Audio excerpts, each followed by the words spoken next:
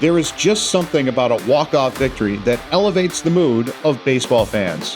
Hello, Timber Rattlers fans. I'm Chris Mehring, the radio announcer for your Wisconsin Timber Rattlers.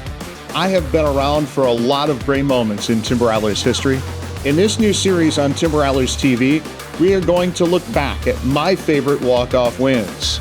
These were the wins that made you cheer and made me raise my voice just a little bit. In looking back on these games and sharing them with you on a Friday afternoon, we want to elevate your mood and help you walk off into the weekend. The Wisconsin Timber Rattlers and Kane County Cougars were a pair of struggling teams heading into their game on June 29, 2013.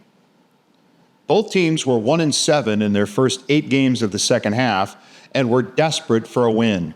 This game, which someone had to win, included future major leaguers, a combined 9 runs in the final 3 innings, and a big mistake that let the Rattlers emerge with a victory in front of a big Saturday night crowd.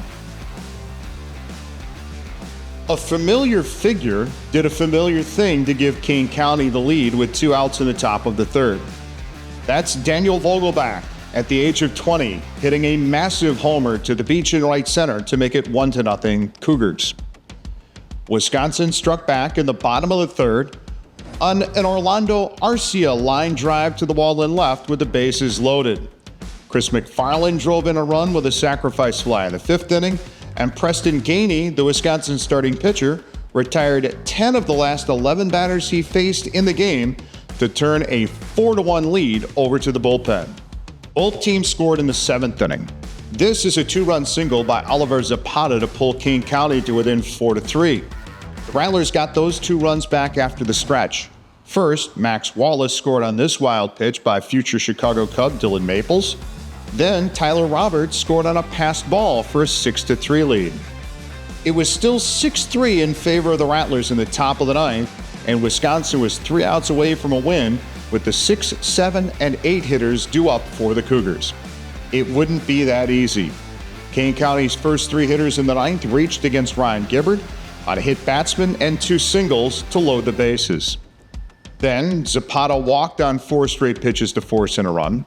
Kevin Encarnacion's sacrifice fly scored another run, but center fielder Tyrone Taylor threw to third, and he almost got the runner there for the 2nd out. However, the tag was late and the tying run was at third.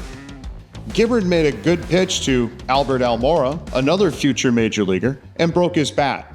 But the ball deflected off Gibbard, and instead of getting the runner at the plate or turning a game-ending double play, the tying run scored on a 1-4-3 grounder. Wisconsin walked Vogelbach intentionally, and Gibbard had to face Jeimer Candelario, yes, another future MLB player, with the game on the line. Then Zapata inexplicably tried to steal third and was thrown out by Tyler Roberts for the final out of the inning. Game was still tied after the bottom of the 9th inning where the Rattlers did not score, so we went to extra innings. Candelario started the 10th with a double. There was no throw to first on a sacrifice bunt, and that put runners at the corners. Carlos Escobar's sacrifice fly gave the Cougars a 7-6 lead. Back-to-back singles with the second by Giosker Amaya dropping just in front of a diving Tyrone Taylor scored a run, making it 8-6. Fortunately, a double play got the Rattlers out of the inning with no more damage. The Rattlers got a quick start for their half of the 10th against Nathan Doris as Chris McFarland walked and Michael Reed tripled him home. Reed, the tying run, was still at third with 1 out when Taylor tied the game 8-8. We went to the 11th and Gibbard walked the leadoff batter, and a sacrifice bunt moved the go-ahead run to second. Michael Strong relieved Gibbard to face Vogelbach, who put the Cougars back in front with a sharp single. Strong struck out Candelario and Marco Hernandez looking to end the inning to set up a fantastic finish. With 1 out in the bottom of the 11th, Mike Garza and Adam Giacalone singled with 1 out. Adrian Williams and Alfredo Rodriguez would take over as pinch runners. McFarland doubled to right to score Williams with the tying run. Doris walked Reed intentionally to load the bases for Arcia. Doris did his job by getting the ground ball, but this would be the winning play on a wild throw to first from the catcher.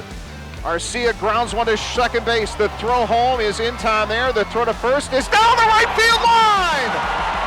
Here comes McFarland, and the Rattlers